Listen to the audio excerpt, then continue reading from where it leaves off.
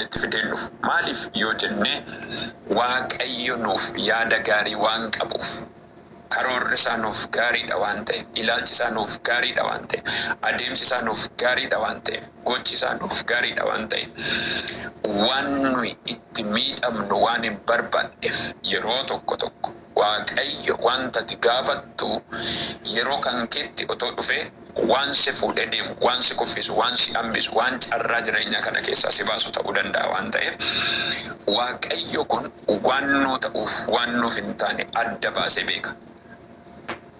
Har'a kutaan ani itti dubbachuu barbaadu wangeela Yohaannis boqonnaa 2 irratti nan dubbadha.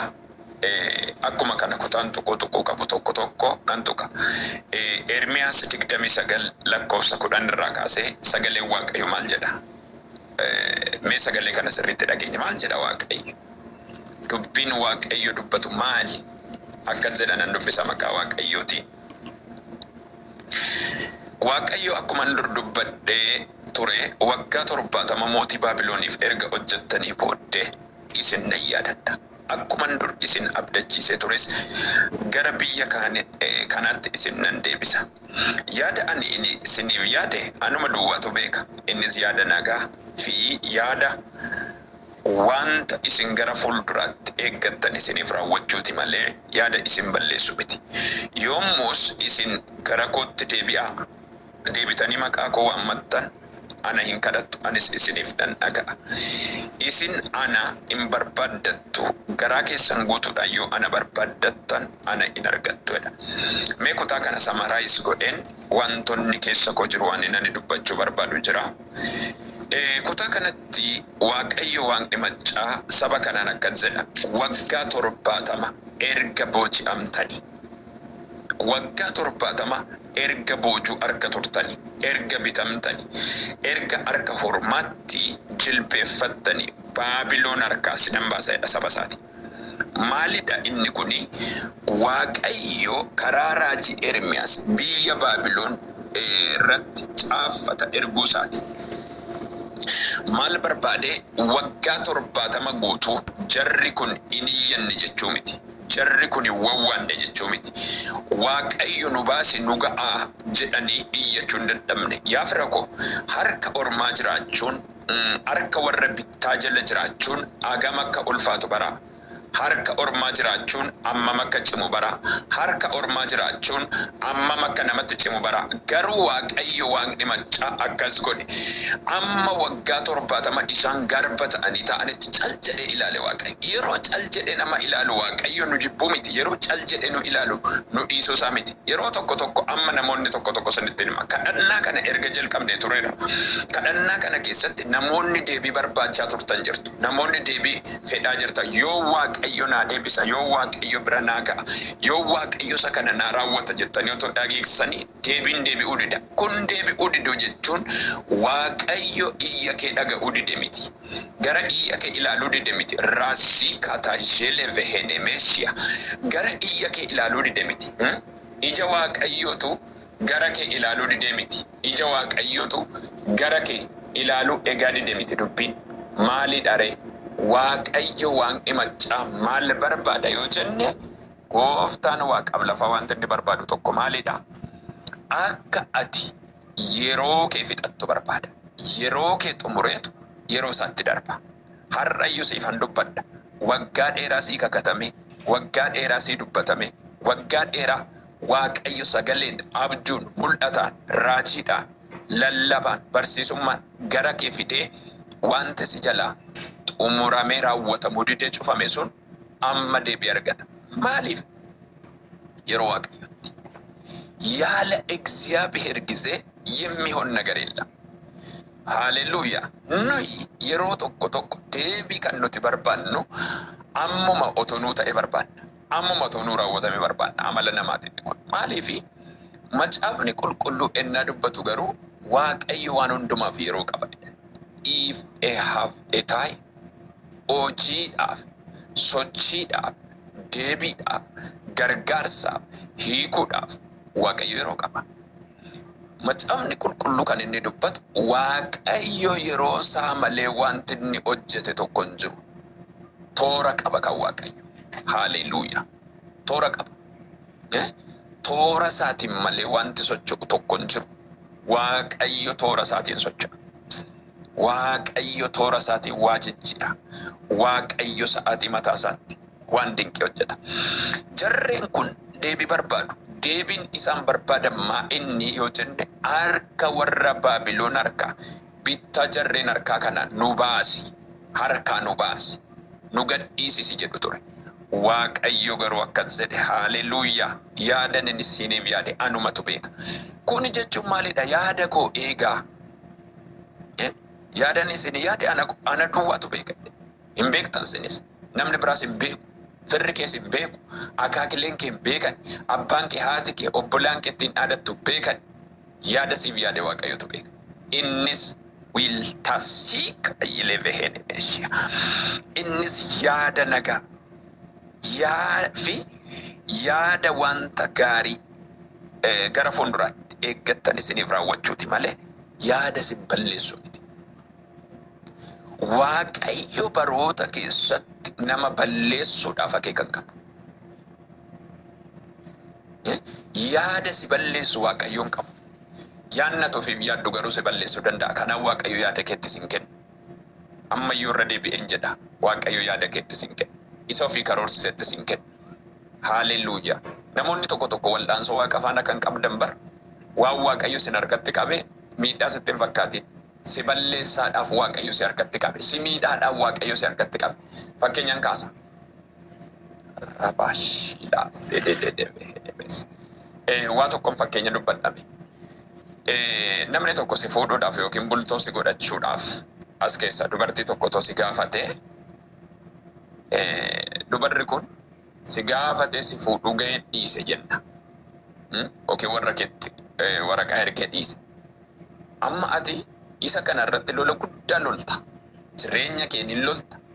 Waaqayyotti hin gungumta. Namoota biraatti hin gungumta. Maaliifi Waaqayyo amma tun akkatti isa eeggadhuumo. Maaliif diigama? Maaliif hafa? Maaliif akkas ta'a jenna miti? Wanta diigeef wanta hambisee Waaqayyotu beeka. Waa tokkoon sitti hima. Otoo ittiin galiinsi dhiisuunsaa waan tokko si fuudhee garuu ji'a tokko ji'a lamaan booddee otoo si dhiisee caba guddaa cabda. Waaqayyo immoo caba kee miidhama kee waan hin barbaanneef dursee jidduu galee Waaqayyo diige. Namoonni tokko tokko qarqara geessanii innaa Waaqayyo waa hambisu maaf hambise jedha. Maaliif Waaqayyo isa kana yeroo baay'ee jireenya keenya keessatti fedha Waaqayyo eeguu dadhabna. Yaada Waaqayyo eeguu dadhabna. Waaqayyoodhaaf yeroo kennuu dadhabna. Ofii keenyaaf ariifanna jechuudha. Kanaaf Waaqayyo maaliif akkas godhe? Fedha isaati. Maaliif akkas hojjete? Fedha isaati. Yeroo hundumaa wanti fedha Waaqayyo hin taane hin hojjetu. Kadhannaa kana keessatti kadhattanii kan dhabame. Durammoo harkaa qabdanii kan diigame baga diigame. Yeroo Waaqayyotti sii deebi'a. Yeroo Waaqayyotti sii ijaarama. Yeroo Waaqayyotti toora sii qabata. Kutaa kanaan kan wal fakkaatu Iskeel 37 lafee goggogaan kuni lubbuu godhachuu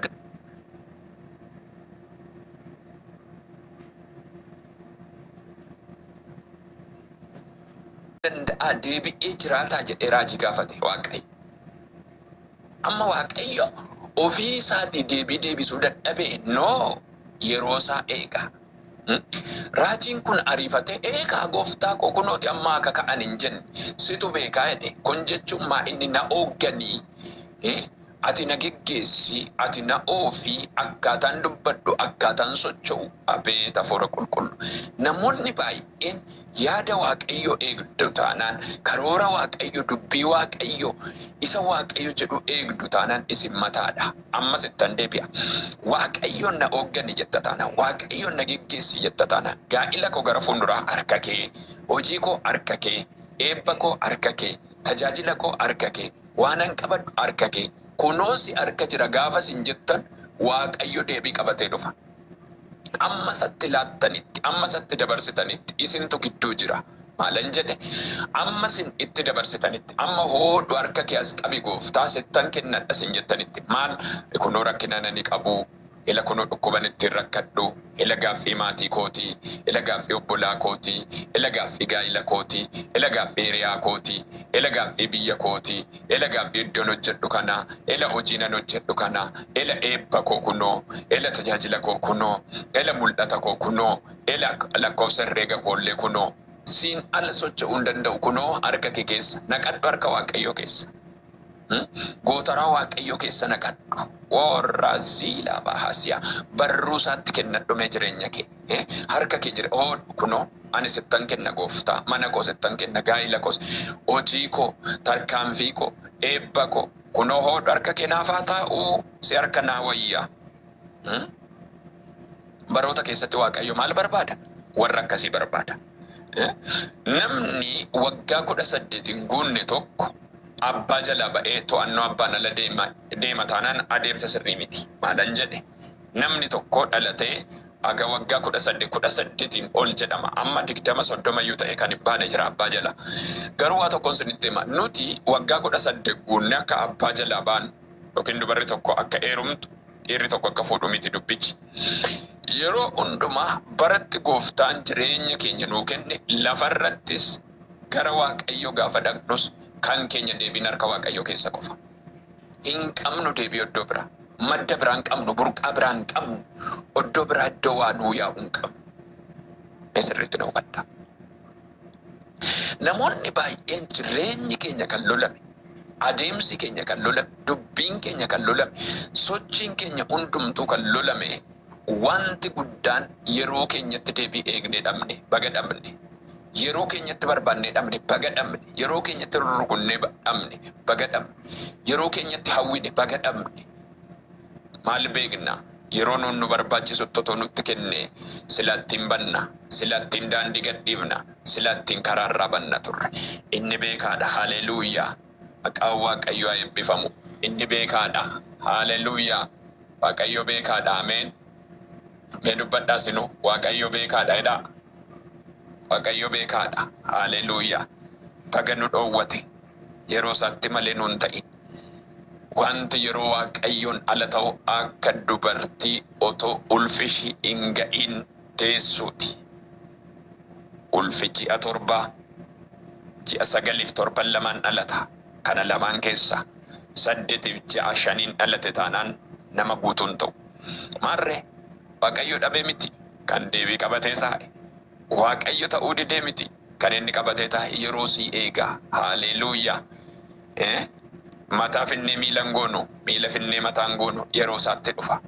Barbaaddanii dhabdaniin dhufa. Giddiin qabinati. To biyya ormaa jirtu maa jijjiiramuu dideen jedhin asitti maal beekta burqaa yeroo isaatti sii banamu. Haleluuyaa. Kan maatii keessa dhiisi, kan keessa dhiisi. Nama yaadata Waaqayyo. Si yaadata. Doo kanatti akkas jedhe Waaqayyo sina yaadadha. Nama yaadachuutti kan akka Waaqayyoon jiru. Deebii nama qabatee dhufuutti kan akka Waaqayyoon jiru. Nama gargaaruutti kan akka Waaqayyoon jiru. Harka nama qabuutti kan akka Waaqayyoon jiru. Hirkoo namaa ta'uu, da'oo namaa ta'uutti kan akka Waaqayyoon jiru. Iddoo kanatti jarri kun gaaffiin isaanii maaloo jedhu. Yoomuma biyya ormaa kana keessaa fuutee biyyatti nu deebista. Yoomuma gara biyya keenyaatti galla. Yoomuma biyya keenya gallee maatii keenya faana iddoo dhaloota keenya lafa qonnaa keenya iddootti sochoon oddoo firiidamii qabnu yoom gara biyya keenyaatti deebisna jennaan amma yeroo kooti jedhe Waaqayyo. Waggaa 70 guutuu turaniitu amma yeroo kooti jedhe Waaqayyo. Sinin garramoo? Mee kana ajaa'ibsiifadhaa waggaa 70 guutuu turaniim dulloomaniiru. Waggaa 70 jechuudha.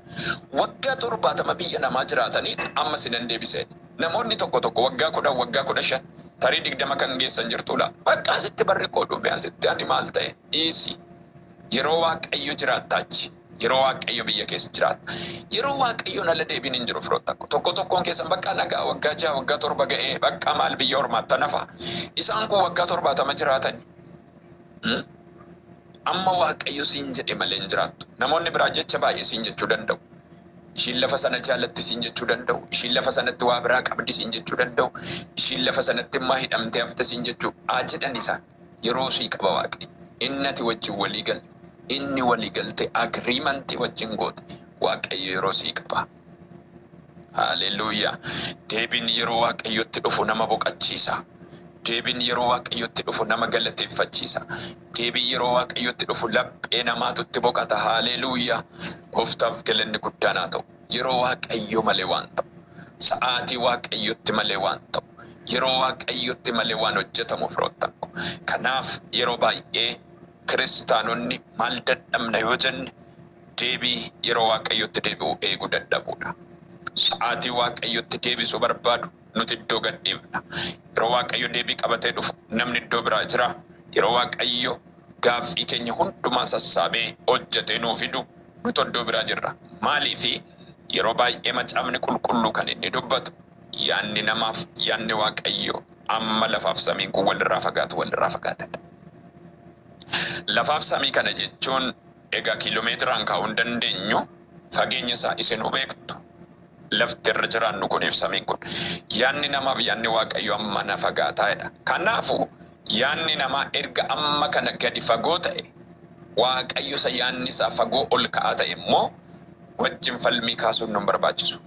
Kuni jechuun maalidha? Yeroo fedha isaatti akka inni hojjetu gochuudha.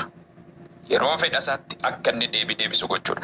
Kanaaf jarri kun waa'ee gaaffii biyya isaaniitti galuuti. Haa ta'u kana nan darba. Wangeela Yohaannis boqonnaa 2 fi boqonnaa 11 dubbadheen xumura. Dura Hisqeel 37 tuqeera.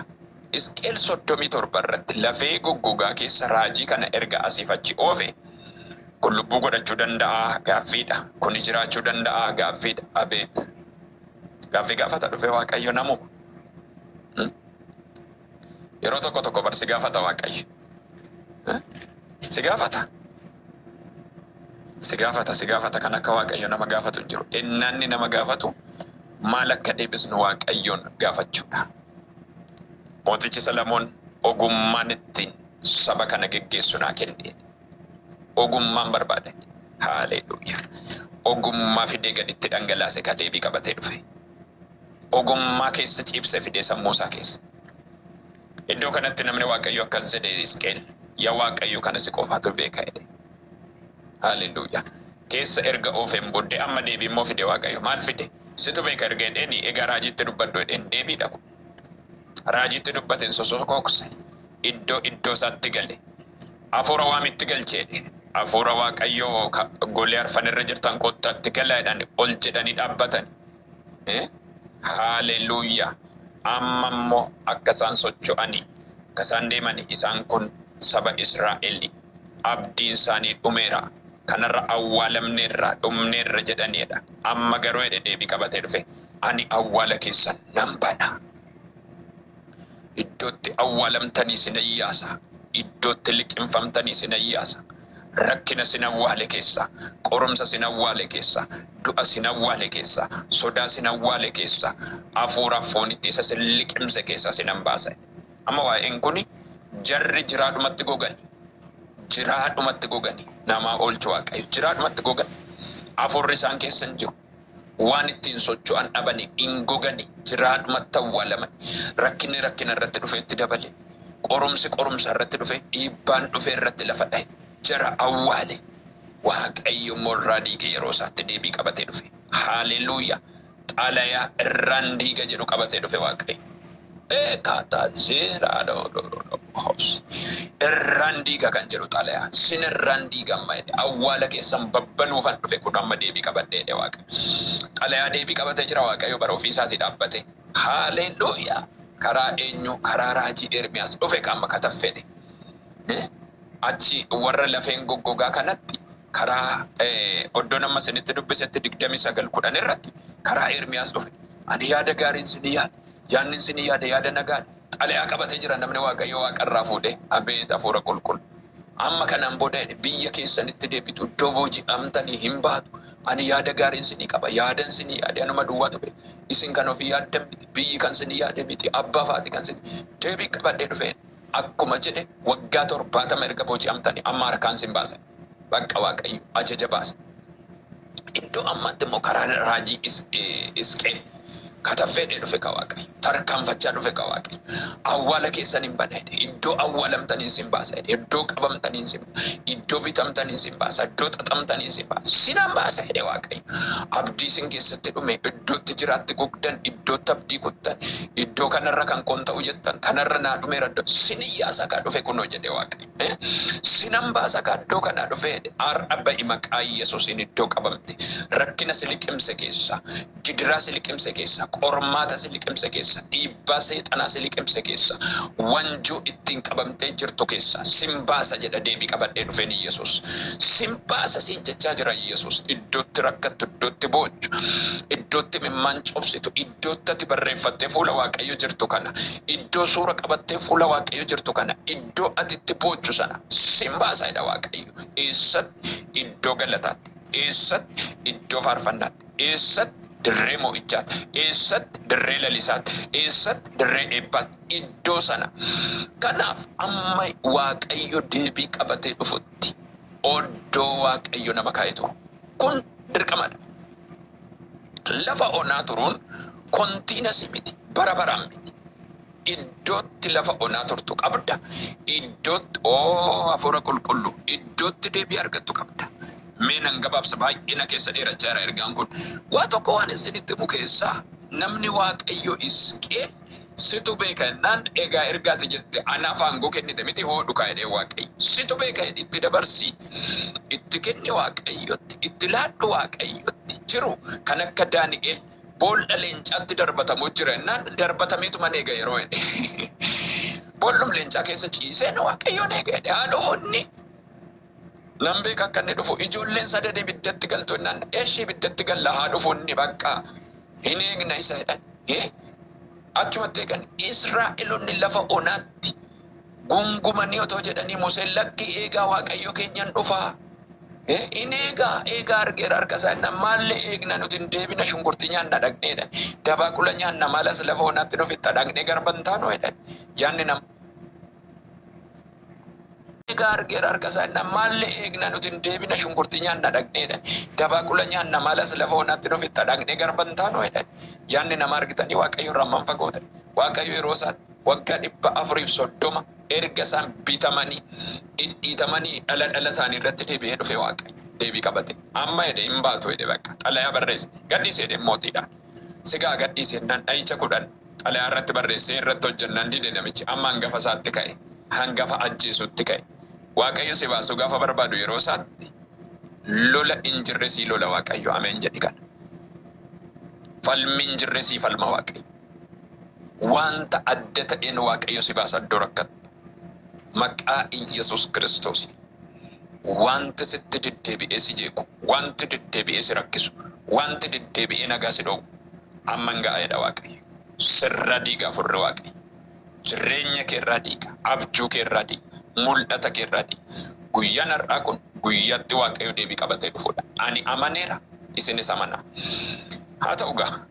Walumaa gala Wangeela Yohaannis boqonnaa 2:11 irratti xiqqoo dubbadhee xumura kadhannaadhaani. Wangeela Yohaannis boqonnaa 2 irratti abbaan wangeelaa kun waa'ee cidhaa odeessa. Cidhi kun biyya mandara Qaanaa jedhamtu tokkotti cidhi akka ture dubbata. Haati Yesuus obbolaansaa achi ture.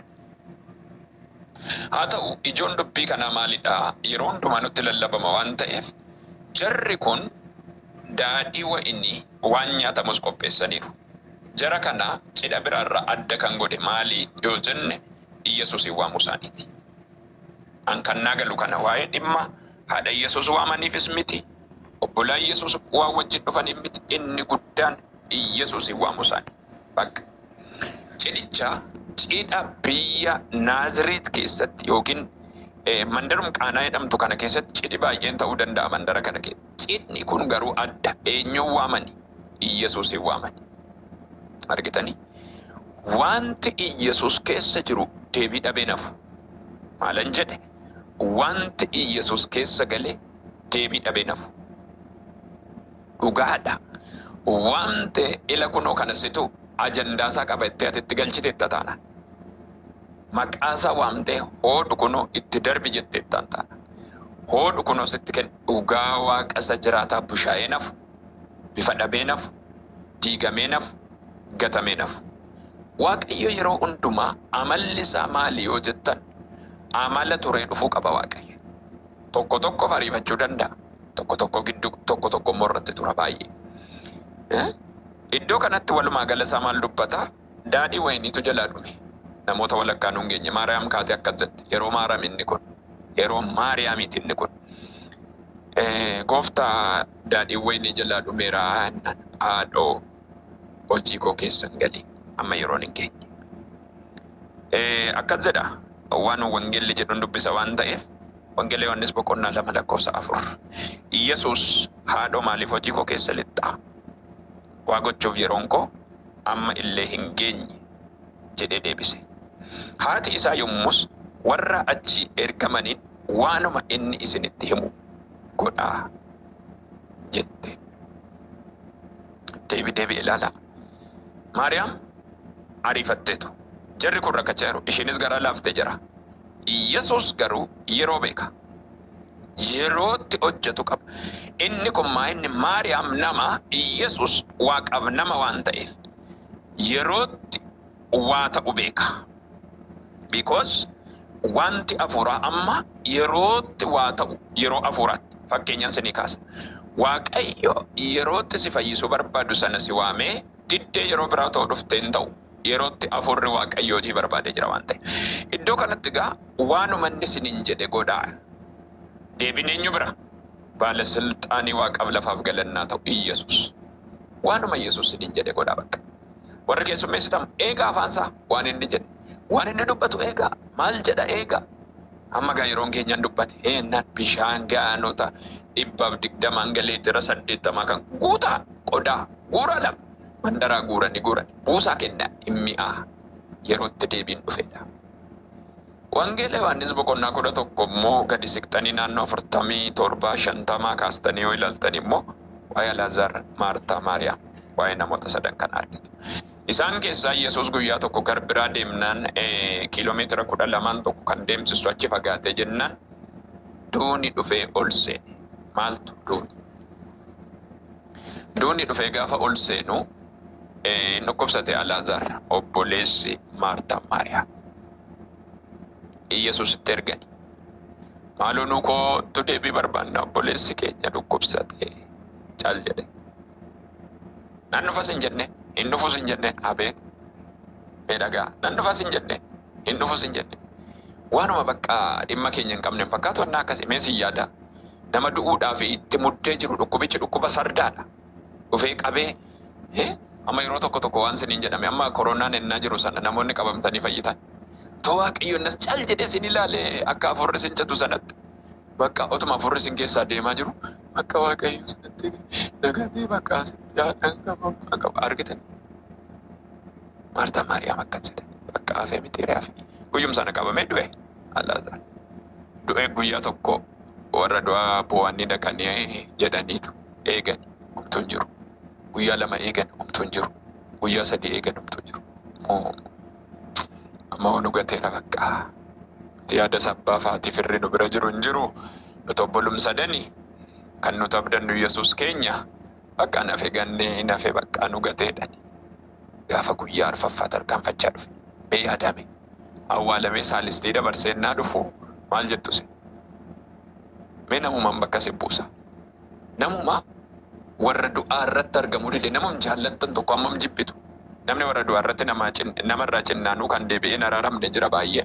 Dhugaa Waaqayyo. Mee amma nama wajjin nyaattanii dhugdanii akka malee ta'e otoo firri keessa waa ta'ee namni sun awwaala irratti argamu dide ammam sinitti dhaga'ama. Dhimma addaarraa kan hafe. Kun immoo kiiloomeetira 12 dhiyoodha maaloo dhufeedhanii eegu.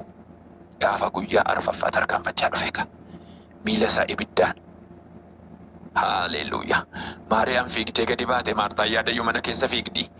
Gadi baate argitee hin dhufe kaa'ette. Haalleluuyaa.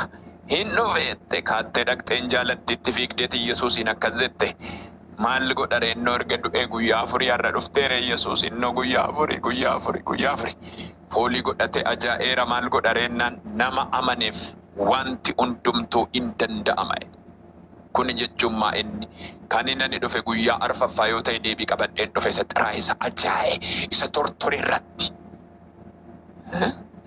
Akkati bara dhumaatti namoota hundumaa kaastu barnan beeka nama amaneef ammayyuu hin danda'ama jedhe Yesuus.